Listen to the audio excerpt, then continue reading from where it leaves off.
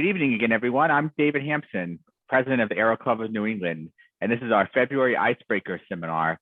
We traditionally hold these in person, but given the current circumstances, these last couple icebreakers have been virtual, and I'm pleased that with obviously it's nice to do them in person, but with the virtual content, it's great also to be able to reach some people further afield who may not be able to go to an in-person event. So thank you all for being here tonight. For those of you that aren't a member of the Aero Club, please consider joining us. Your membership helps support events like this that we hold throughout the year, and we typically have an event almost every month of the year.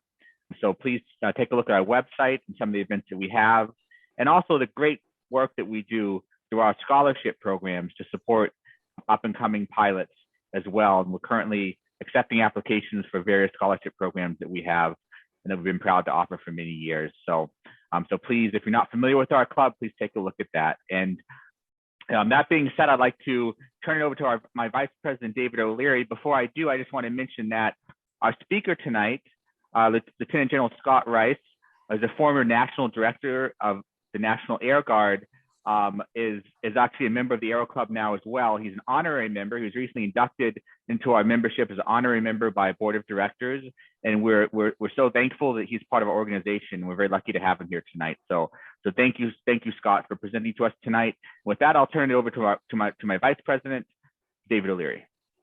Thank you, David. Really appreciate it. And good evening and welcome, one and all, on behalf of the Aero Club of New England. Thanks for joining us for tonight's virtual icebreaker event. Like all of us at the Aero Club are kind of working around the pandemic. Our spring icebreakers, which you're attending tonight, are really some of our favorite events of the year. Generally, they allow for a little bit of socializing, some food and drink, and a chance to hear from really, really interesting and compelling speakers as we have tonight. We hope to be back to the in-person events very, very soon. We're going to continue to offer online and virtual options until we can gather safely together again. I'd also like to note, this is big, next month our annual Crash Course Safety Seminar will take place virtually, where we will welcome Richard McSpadden from the Air Safety Institute to present. He is a fantastic presenter, along with from the Aero Club of New England. Paul Diaz is going to run down the incidents and accidents in the calendar year 2021 here in New England. You can watch the ACONE website for info. It's going to be Thursday night, March 24th. We hope you will register for our crash course. And finally, just a quick note to thank the Aero Club Board of Directors and Advisors, along with our club's committees and all the work that goes into making these events possible. Keith Lenhart, who's running the back end of our presentation tonight. As David mentioned, if you're already a member of the club, we thank you.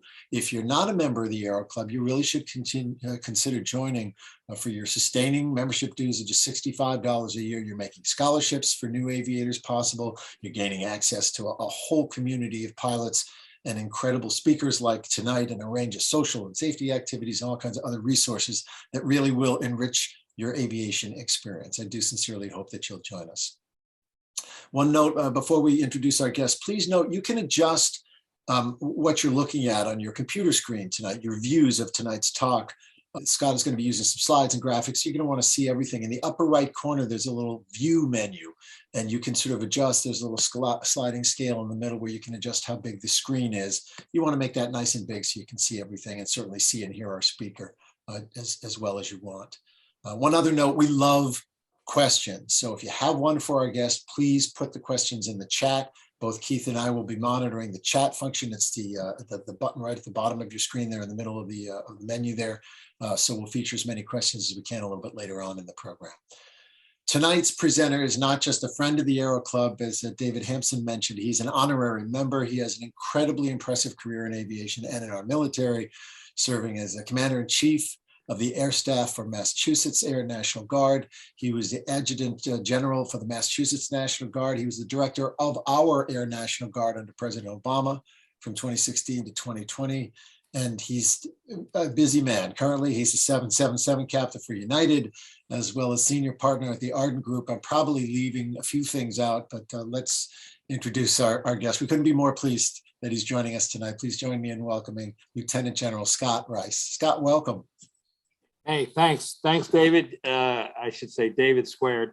Thank you both for the introduction and having me be a part tonight. This is quite an honor for me, because way back when, you've probably heard it 1,000 times as a kid. What do you want to be when you grow up? What do you want to do? Where you want to go?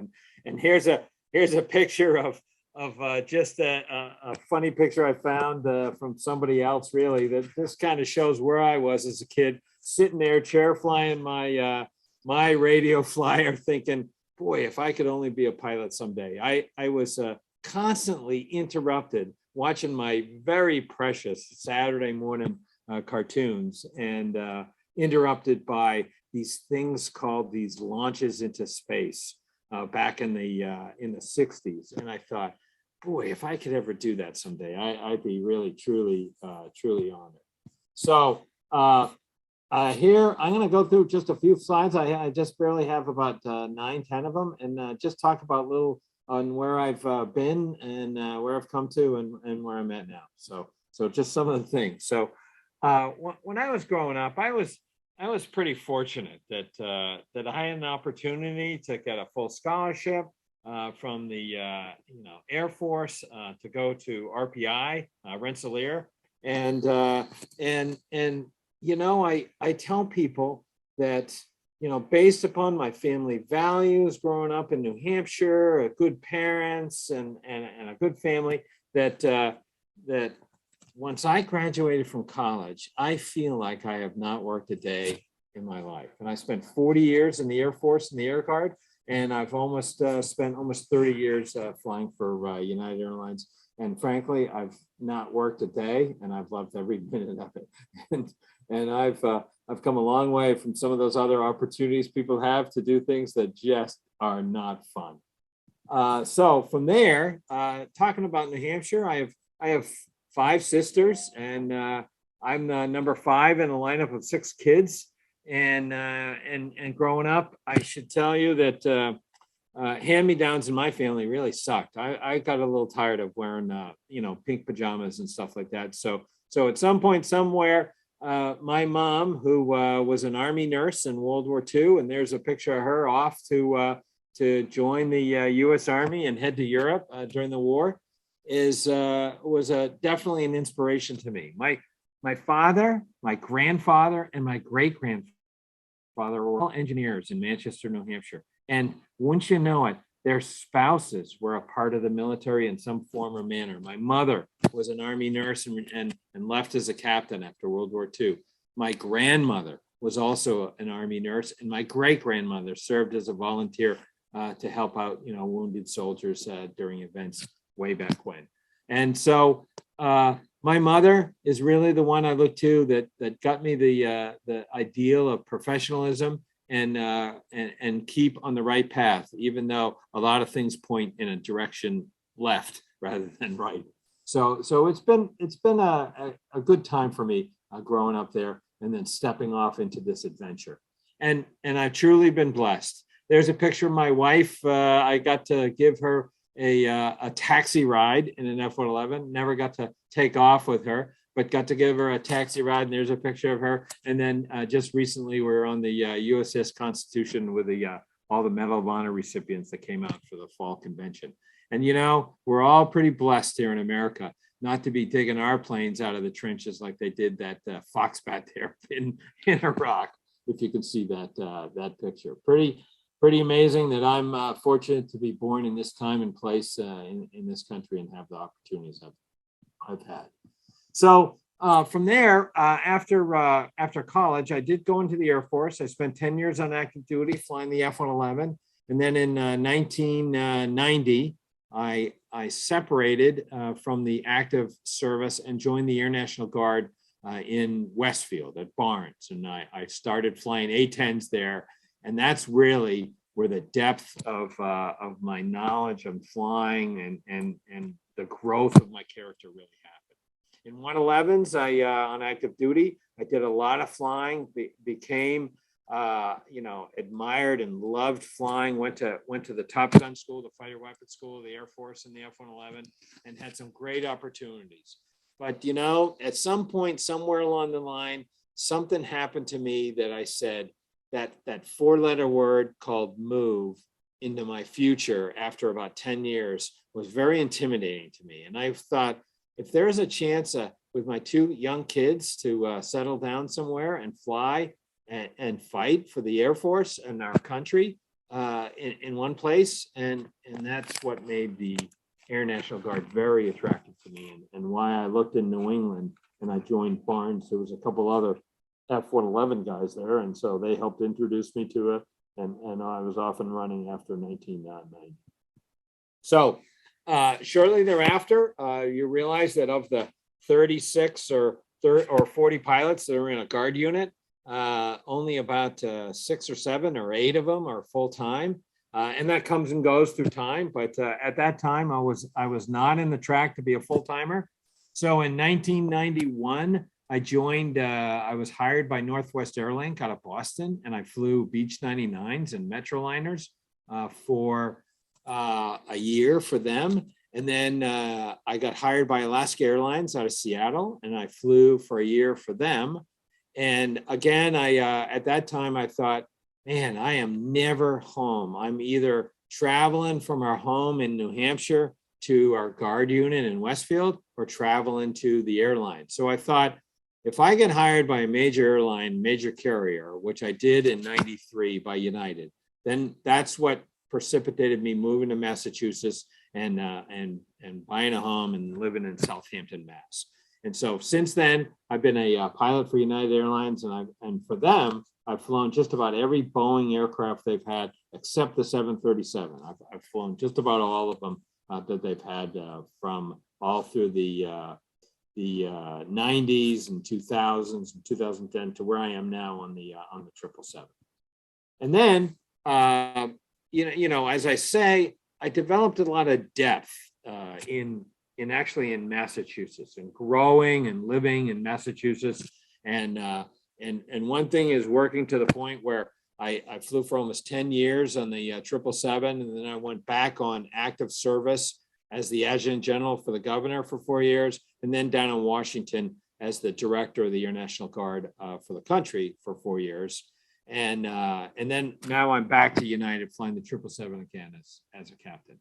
But deploying to combat, I deployed almost a half dozen times, 7 times in fact, with the Air Guard, and several times with the A-10. And boy, that is an unbelievable aircraft to fly. I mean, there's a picture of one of our air shows and one of the demos of blowing stuff up with the A-10 flying overhead, but you can see the size of that gun, and next to a Volkswagen. And I frankly, I never got over the fact on how excited I got just before I pulled that trigger and feel those 7 barrels start winding up and firing out those bullets. In fact, you pull the trigger and let it go in 1 second, then 30 rounds come out almost instantly. And it's pretty impressive guns with a range of almost 2.5-3 miles of accuracy. It was quite a machine, quite a gun, quite a weapon system. And as my crew chief liked to think that, hey, someday he needs me to take him on a ride, and there he is hanging on. No, I can't do it. But anyway, he was quite the jokester. I tried to compete with him on who was the silliest. But that's a great picture he made for me on my going away. So my last part of my career has been an unbelievable opportunity to meet some fantastic people. I showed, here I am walking down the hallway with one of our good senators from Mississippi, and I run into Nancy Pelosi, and she grabs me, and once you know it, it's right in front of the news camera, and they show Nancy, and they didn't show our conversation, but the background of this was saying Nancy Pelosi confers with the military on activities throughout the world, and it's here I am talking to her about something silly in the Air National Guard and how she's been helping us and stuff like that. But Deborah Lee James was the Secretary of the Air Force who hired me, and I'm glad that I survived that whole adventure with Mathis there as the SecDef, and knowing him and meeting him and talking to him as one of those people I highly, highly respected. and in fact, between Deborah Lee James and General Mathis, Secretary Mathis, I think they kept me out of being a convict. And there's my convict picture up there that they put on my security clearance. I thought that was pretty interesting. But anyway, it's quite a lineup of leaders, right down to even now our current governor, Charlie Baker, was quite a person that I had the opportunity to meet, work with, and do some interesting things over time. And then lastly, I end on this slide actually with retirement. Here I retired from 40 years in the military in August of 20, almost a year and a half ago, and went back to United Airlines, and there's all sorts of opportunities out there still. I love flying for United. I enjoy consulting on some of these military matters, like with the Ardent Decision Group on emergency management. There's another Roosevelt group in Washington, which I consult on military activities, and then enjoying time with the family and the grandkids. There's a picture of my daughter and her husband and her two girls, and a picture of our son with his son. I had the chance of flying for my very last flight in the military. I went out to Boeing, and my son and I, my son being the instructor and me being the aircraft commander in the left seat, got to pick up and receive the first KC-46 for the Air National Guard and fly a brand new aircraft from Boeing to New Hampshire, I should say, to Pease, where my son's a pilot up there.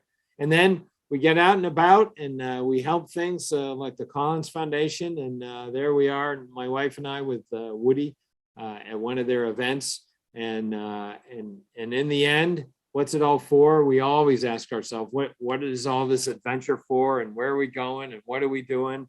And I know Al Mundo and I have talked about many times about where we were, here we are, and where we're going. But it's all about those kids in the lower left, our 4 grandkids, and that was a recent picture where we all got together over New Year's and broke some bread and enjoyed some company, and that's what it's all for. So with that, I'll end my overview, and what I really like to do is really just entertain a few questions from people on what you're thinking about, particularly from the chat. And as David said, put the questions in the chat, and then bring them up, and he'll help me get them, and I'll give you a note, a story, or whatever you want to talk about. There we are. That's great. It's quite a story. I love hearing you say that you've never worked a day in your life. That's really a great thing to be able to say, whatever your field is. It's good. Yeah. What was one of your more challenging moments in the Mass Air National Guard? Well, I would say that probably you may not know it, but when a new governor, actually even when a governor gets reelected, every political appointed position in Massachusetts goes interim, and you have to get reappointed every 4 years. Whether it's a current governor or a new governor, doesn't matter. You have to get reappointed. So here I transition as a political appointee from Duval Patrick, who was Democrat, to Charlie Baker, who's a Republican. And so, a lot of people that are political appointees. In fact, there's 125, 130 positions that are political appointees, and very, very, very few people make the transition. And the hard part for me is I'm a non-political advisor as a military member for the response of the Guard. And so in light of that, here we are coming into Charlie Baker's first couple of weeks, and we have the mother of all snowstorms, where it snows in Massachusetts for 30 days. And I am out in Hawaii, of all places, with our Guard unit, and they've deployed out there with their F-15s for a month, and I'm out there for a week to fly with them and jump in the F-15 and do some flights with them.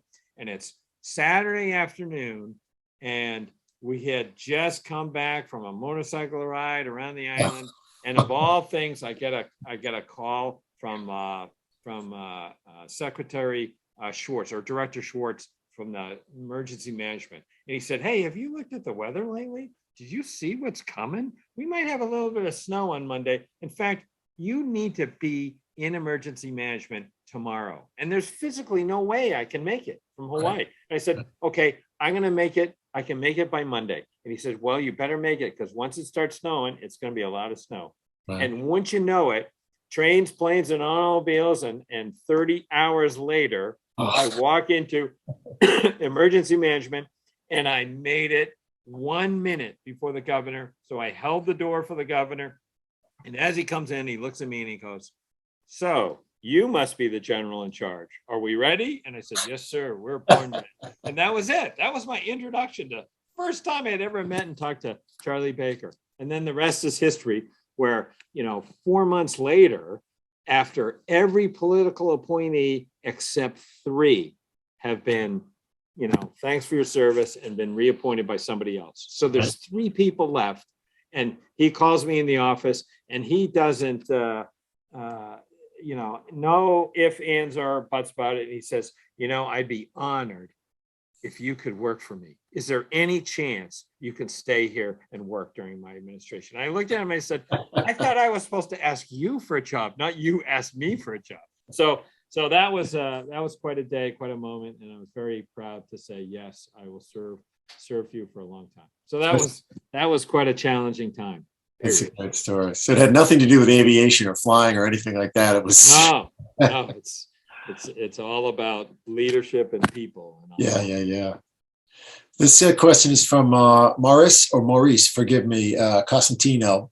Did you have any interaction with the Civil Air Patrol? How did the Air National Guard work with the Civil Air Patrol? Yes, and we've kind of come full circle on that, where in high school, I was in Civil Air Patrol quite a bit in Manchester, New Hampshire, and that really gave me my love of flying. My first flying was through Civil Air Patrol. So I really liked that personally as a young cadet. And then kind of faded away from that. In the active duty, I didn't see Civil Air Patrol. I saw it intermittently, superficially when I was in the Guard until recently. And the big change recently was ownership, management, and operations of Civil Air Patrol moved 3 or 4 years ago. They moved from the active duty to the Air National Guard. And so now the Air National Guard, through First Air Force in Florida, and First Air Force is an Air Force command.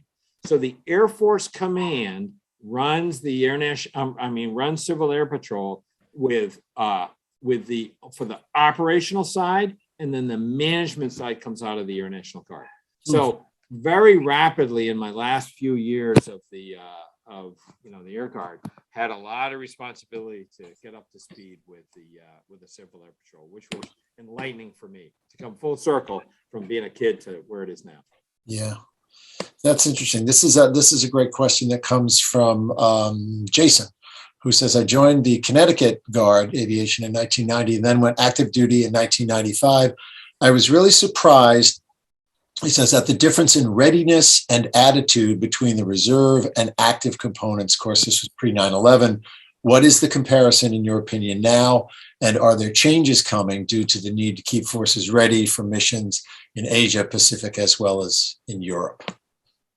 Yeah, there's a big change. And I saw firsthand a lot of the change where I joined Barnes in 1990.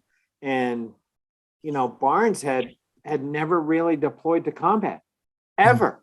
I mean, they had members of the unit go help, went over on a deployment to France during the Berlin airlift, but they really never went into combat since their inception in 1947, when the Air Force and the Guard were started.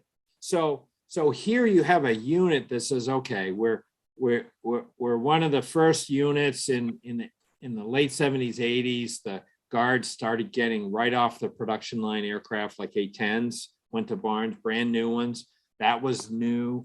And then in the 90s, okay, we're still kind of flying. We have the same training standards as the active duty. We're going to fly the same amount, 6 or 8 times a month. And anyway, long story short, for us, 1995 was a game changer for the National Guard, and Air National Guard specifically. And that's when we deployed over to Bosnia to deny flight. And our unit That was the first time our unit was in combat. And I was honored because I was on the wing of our squadron commander. And he said, you got the lead because you're FAT qualified as a forward air controller. You lead the flight, you run it. And I had the opportunity to shoot the first shot in combat for our unit ever. And so that changed everything. And then since then, as I said, I deployed 7 times into combat. And the Guard is engaged, Air Guard's engaged in every conflict. So now the readiness, the standards, the professionalism has completely changed. And now the I don't know if you saw in the news, F-35s and F-15s deploying closer into Europe to Ukraine and doing all that stuff. Well, a third of the F-15 unit that deployed into Ukraine from Lakenheath, just from England, a third of the unit just came out of the Guard just now. They just activated a whole bunch of Guard guys to augment and support the depth of experience for the active duty guys. So standards have changed and readiness has changed a little bit, it sounds like. Yeah, significantly. And back in 2016, I became the director, and in that summertime, as we transitioned, into some pretty significant budgets, and it was a follow-on from the year before.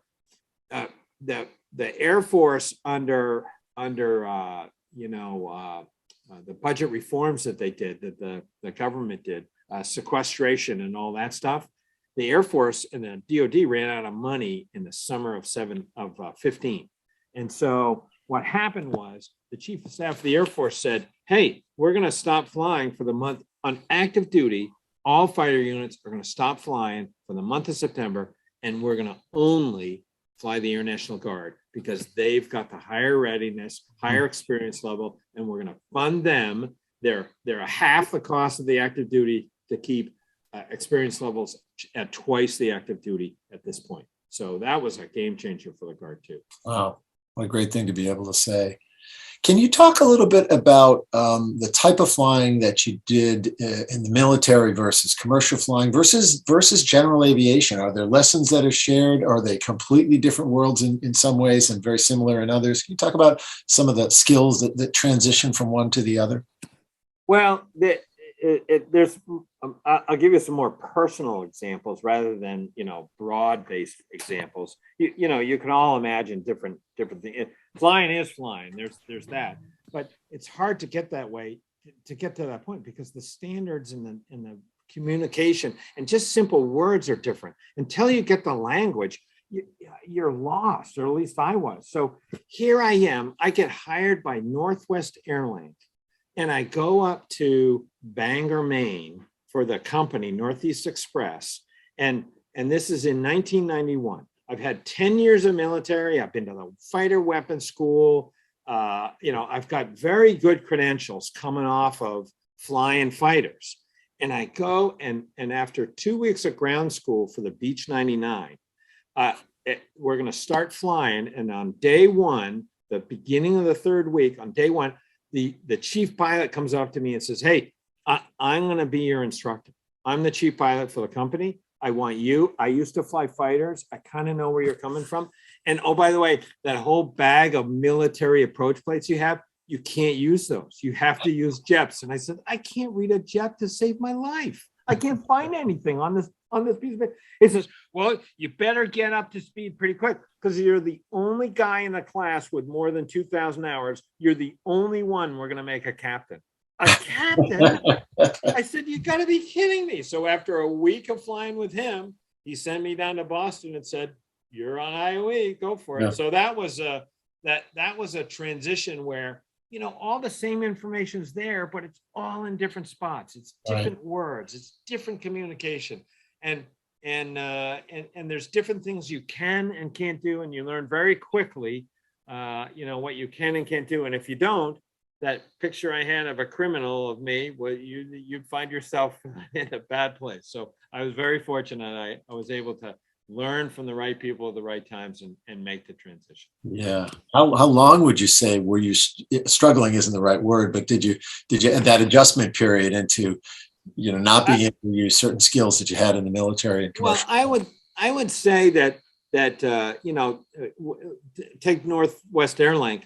It's a couple of weeks of ground training, week and a half of flying training, and then probably a month of IOE. And through the month of IOE, they had a couple Army Guard guys flying for Northwest Airlines, and one of them was an instructor, and they paired me up with him, and they purposely paired me up with him for IOE, and he was fantastic.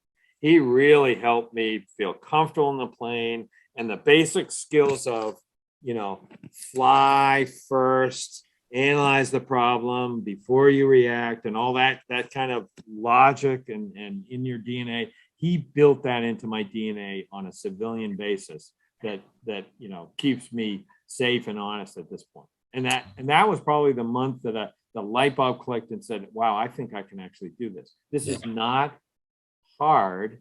It's just finding the right stuff, and I can find it now. I can do it.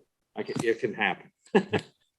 It's a great question from Kenneth. Thank you for that. Did you ever instruct at any time? That's another question from Keith. Did you have any desire to instruct? Yeah. In fact, the fighter weapons school, the Top Gun school, is actually fighter weapons instructor school. So already I was an instructor I'd spent a year in the operational squadron. I spent a year in the instructor squadron, RTU squadron at Lakenheath in England. And then from there, I went to the fighter weapons school and came back to England to be the senior weapons officer, instructor, and evaluator in the squadron, in the fighter squadron. And I carried those skills over into the A-10, and I instructed there and evaluated there for, almost 20 years of flying there. And then I took the CFII equivalency test and became a CFII. In my, I have a private plane I own with a couple other people in Barnes and Westfield, and so I'm a CFII there as well. I have not been an instructor evaluator with the airline stuff. Okay. I was going to ask about general aviation. Is there any of that in your future? What are you flying these days when you're just? So I own with these other guys, I own a Piper Arrow, and it's a lot of fun. But I have to be very, very careful always on my first flight, because I'm telling you, you may not know it, but flaring in the 777 and flaring in a Piper Arrow is significantly different.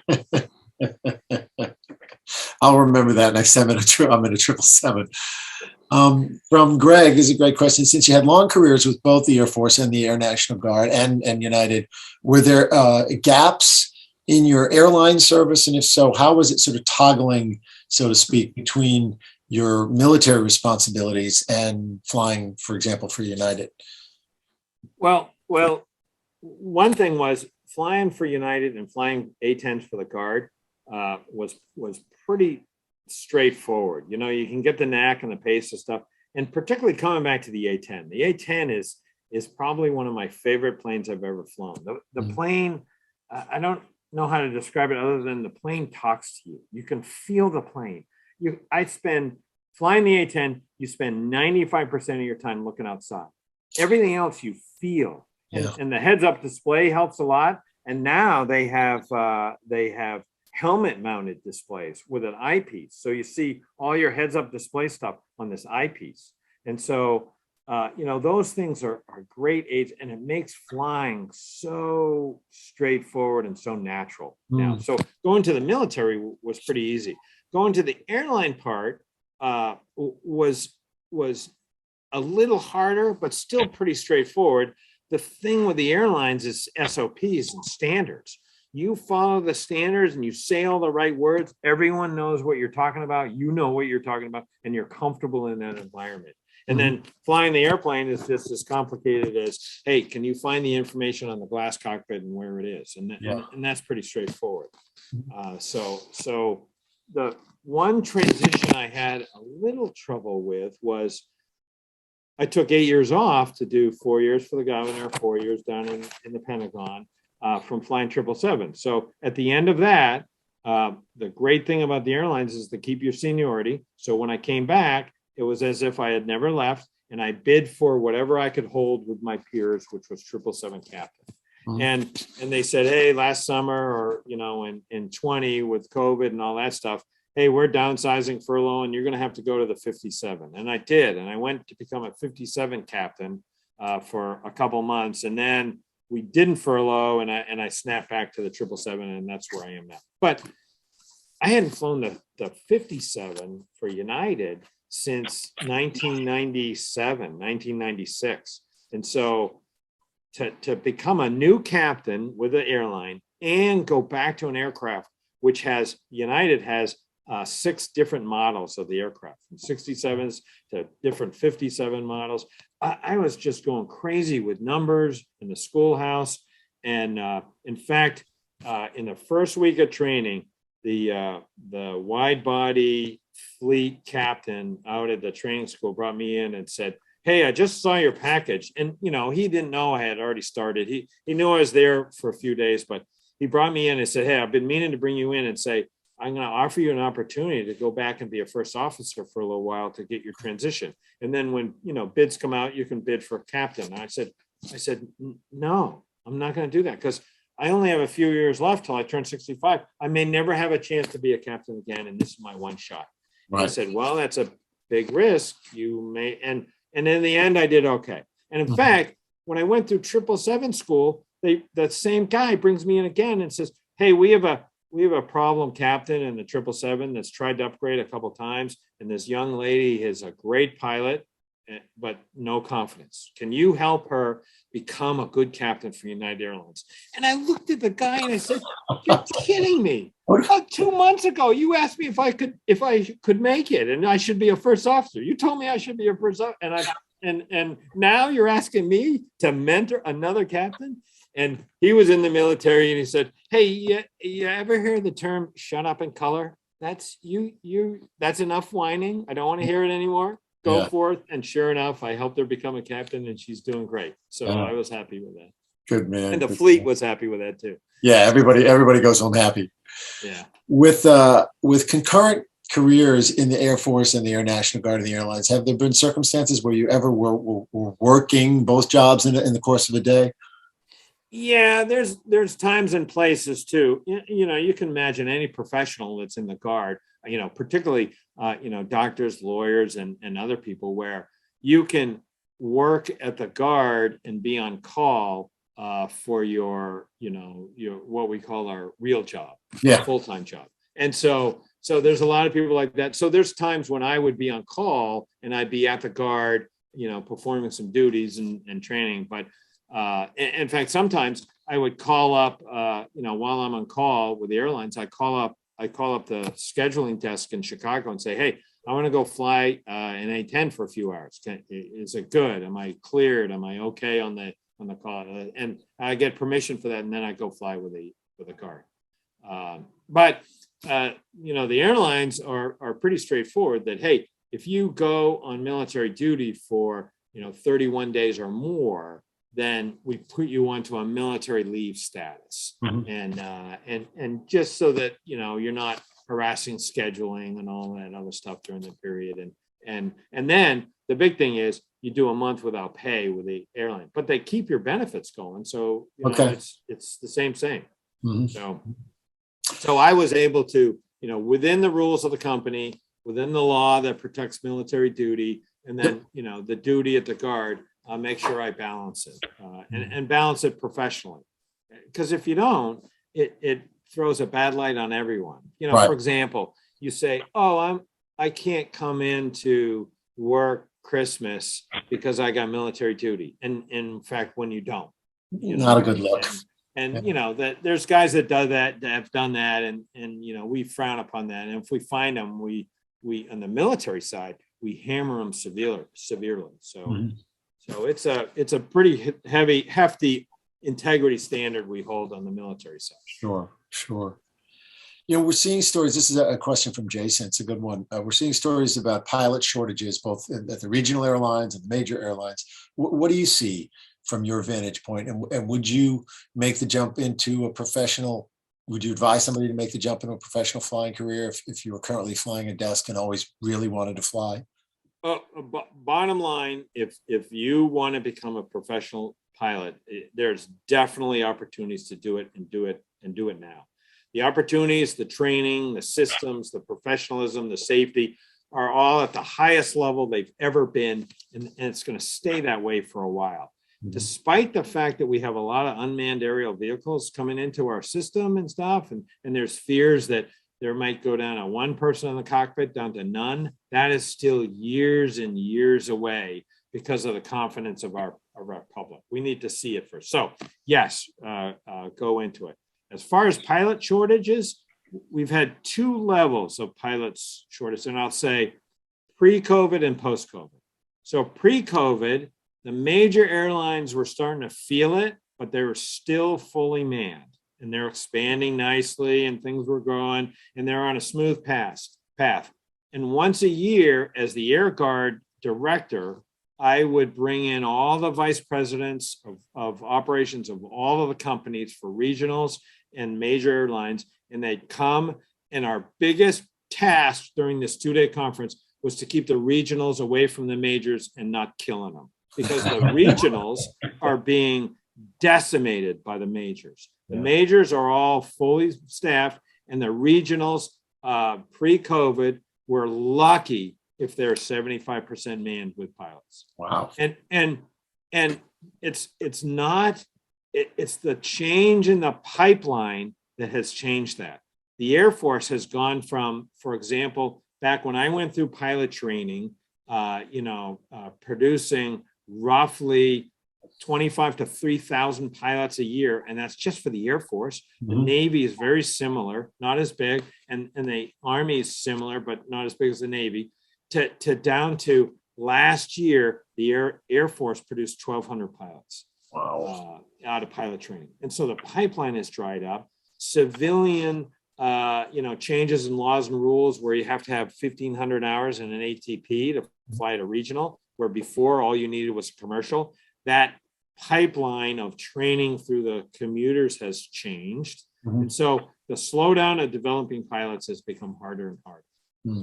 And so that's the demand. And then now, post-COVID, United's putting out the word, and United right now is hiring 70 people a week just for United. And so United is saying, we'll make it this summer. We'll be able to meet our demand. We will not be able to meet our demand with pilots next summer unless we continue to successfully get 70 people through a week for the next 5 years. That's where they're at. So, so that's just that, indication that we're going to have trouble. We're going to put a last call out for questions in the chat. I wanted to ask you, I don't think you mentioned it. I missed, when did you take your first flight? What was it? Was it an adventure flight? Your very first flight? Was it in general aviation aircraft, or was it school? Oh yeah, I lightly mentioned on it. It was with Civil Air Patrol. Civil Air Patrol. Okay. So back when I was, you always do crazy things. So back when I was in high school, this guy in Civil Air Patrol could not believe that I had never gone flying before, and he said, "Hey, I'll take you up. We got our, this Civil Air Patrol Cessna, and we'll take off out of Manchester, and we'll fly over your house in Bedford." And it was unbelievable. I loved it. I just absolutely loved it. I had a set of keys to my house and something else in my pocket. Thankfully, I took off my car key so I could drive home. But as we flew over the house, I wrapped it up in the keys in a piece of paper so it would be heavy. And I dropped a note because I saw my mother out in the garden. And I dropped a note with my keys, thinking that would land on the lawn, You ever see them again? And so we went back home, and we went back to the airport, and I was hooked. I could not stop thinking about it since then, and that's all I wanted to do after that. And I was probably just barely 16 at the time, and months later, I did find my keys. And I was just going to ask if you ever saw those keys again. I found it running around out in like a mile away from my house. But that's a great story. But anyway, crazy things we do. So that was my first introduction of flying. Yeah. And one more question here from Greg, if you will. With the fully integrated active duty Air Force, Air Force Reserve, and the Air National Guard. How is the Air National Guard faring in terms of budgets and equipment, since the active duty is presumably more equal? Do they get more than their proportional share? Budget's holding up? Yeah, and that was probably the biggest eye-opening challenge I had when I went into the Pentagon as director of the Air Guard was fighting for the value of the Guard. And in wartime, or not wartime, but when the Guard is activated, they're the same as active duty, the same people, same equipment, same standards. We all can integrate. You can like now, you can just go put a call out to the National Guard on all the F-15 units, and within 2 days have enough volunteers out of the Guard to help fill all of your ranks, all of your openings, which is about a third of the unit that went over to Germany today, or yesterday and today, to be ready for anything in Ukraine. And that's a testament to our standards and all of that stuff. But there's a balance between the Guard and active duty where it can't be all in the Guard or can't be all in active duty. So there's talk of putting all of the older F-15s in the Guard and then just having a few newer ones in the active duty. I don't think that's going to happen, but that's the kind of the logic. The active duty holds all the money. They hold all the purse strings. They divvy out all the money, and they say, well, I don't know, you guys have all the old stuff. We're not going to give you any money for that. And you're like, well, we're not going to be ready if you don't. And so there's always this kind of friction and balance to fight for the bang for the buck, as I call it, because the Guard is half the cost and twice the readiness on a peacetime basis. Because of the fact that they're so experienced. The average Guard pilot has 15 years experience. The active duty pilot has 7, that kind of stuff. And so just making sure that the balance and the money is a constant fight sometimes. And the budget I ran, I found out that, $11.5 billion annual budget for the Air National Guard doesn't buy what it used to. It's amazing. I've read a little something about that lately. Yeah, for sure. Yeah. And one last question. This is our last one for tonight from Jason. The military had training, candid feedback, and mentorship ingrained in everything we did, says Jason. You mentioned being asked to mentor a particular pilot. Have the airlines developed a formal mentorship program? Or I ask, is there something informal so that every pilot going through has somebody to guide them and somebody to kind of lean on? Yes. The Guard and the active duty, and even though in the active duty you move every 3 to 4 years, still you're in a community, whether it be an aircraft or a profession in the active duty or a location, like the Guard is more location based and then equipment based. You develop a community, and the mentorship and the engagement with other people is almost natural, because the people a lot better, and you know them. Now, when you jump to the airline, the hard part about the airline is 2 things. And I would say one is when we park the plane and we walk out of the cockpit, we don't really think about the job anymore. We might on the layover, talk to these people, but then when you finish your trip and you leave, you might not see those people you just flew with ever again. And so that part is hard to develop a personal relationship, which I think is a great pillar of depth to the military in supporting each other and mentoring each other. But that said, the other side of it is, which is really what I've enjoyed out of the airline, is the professionalism on flying and the rigid attention to standards that the airlines have. And the standards are what we all learn, we all value, and we all mentor each other right there on the spot for. And now I come from a fighter pilot background where when I'm flying with somebody, I don't hesitate to tell them what I think and feel. So I have to temper that with, an airline community where people aren't used to somebody like myself being so abrupt. And so I have to be a diplomat sometimes, but nevertheless get to the right point of saying, you're not following the standards, and hey, help me with this. Is this standard change? Do we need to change the standard, or do you need to change and follow the standard? And that kind of thing. And so in the end, the professionalism at the airline is very impressive, and is what's helped me along the lines in the airline. And I think what, just the fleet noticed and was able to tap into and say, hey, come help us, build some crew coordination confidence in some of these people to be able to make decisions and do what they know do best, and that is, fly. Yeah. Great stuff. Thank you, everybody, for the questions tonight. And a big thank you, Lieutenant General Scott Rice, for your time, the stories, but most of all for the insights. Really, really great stuff tonight. We really appreciate it. We appreciate your support of the Aero Club of New England. Nice job, and thanks for being here tonight. Really appreciate it.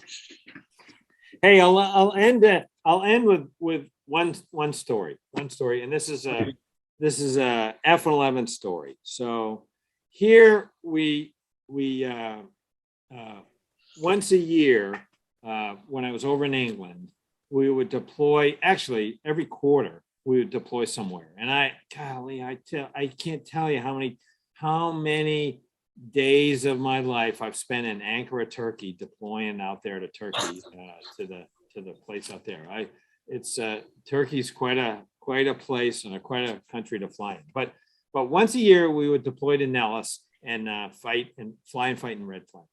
So here we are. I'm a brand new lieutenant. I just got checked out on the F-111, and I'm gonna go fly one of the planes from Lakenheath and air refuel a dozen times and then end up in Nevada 12 hours later. And so I'm number 8 of 2 4 ships. And Okay. so it's just one big package. We've got 2 tankers, 4 planes on one, 4 planes on the other, and I'm number 8. And naturally, with all these deployments, we always do, we come in at 3, 4 a.m. in the morning. We brief, we get ready so that we can take off right at daybreak and maximize sunlight, daylight, to fly this trip over. And here we have the colonel, the 06, the ops group commander leading this 8 ship. And here I am, the lowly lieutenant with another lieutenant, a navigator with me. And we're in the plane. And as I said, I've been at Lakenheath probably 3 months, and brand new. I'm the newest guy in the squadron, and we're taking off. And so we take off and we get up and we do our first refueling, and every, you're constantly refueling because you're constantly cycling 1, then 2, then 3, all the way around, and then you start all over again. You're constantly full of fuel, so you have the maximum flexibility to divert if you need to. So I'm number 8, finally get to me, do my refueling, everything's fine. I go back out on the wing, and now it's like Groundhog Day. Everyone starts again. And now I start to get tired. We're over the ocean. You don't talk to anyone. The tanker does all the navigation talking. So you're just sitting there talking to the guy you're sitting with. And finally I said to him, okay, I gotta take a nap for just 2 minutes, Let me take a nap. You fly. And so the guy says, oh yeah, I'll fly, no problem. So he's flying, and I'm out cold for probably 5 minutes, maybe 10, I'm not sure. And I wake up, and as I wake up, I look around and I go, hey, Danny, where is everybody?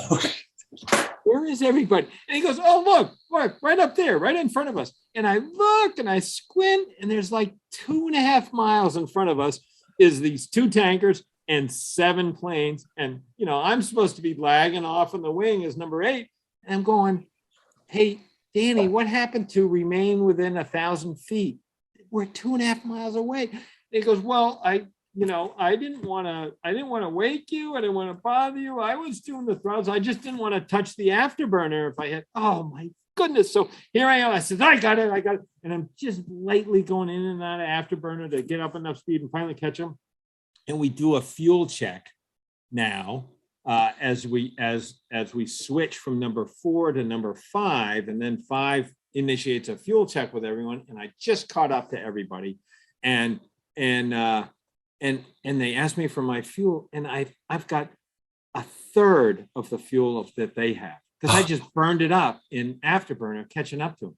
And so number one asked me, what did you say your fuel was? And, all of theirs was like 10,000, 10,000, 9,000, whatever. And mine's like 3,000. And I'm already below divert fuel.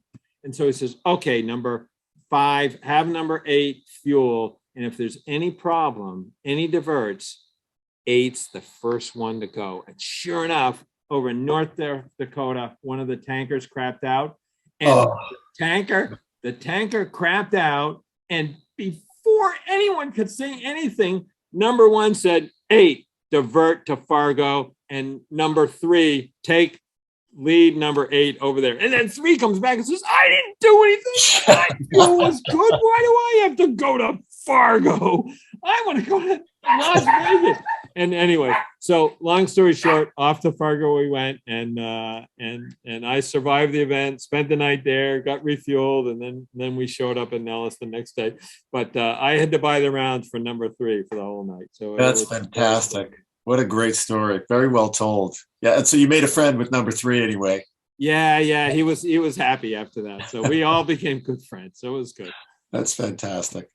Hey, a huge thank you to our guest tonight, Lieutenant General Scott Rice. Great stories, very, very well told. A quick reminder to our guests and attendees tonight. Thanks for joining us, of course. Our crash course next month will feature Richard McSpadden of the Air Safety Institute. Great guy, great presentation called Planning versus Executing Sometimes a Catastrophic Gap. That'll be a virtual event. ACONE's Paul Diat will be on hand to present a review of accidents here in New England in 2021.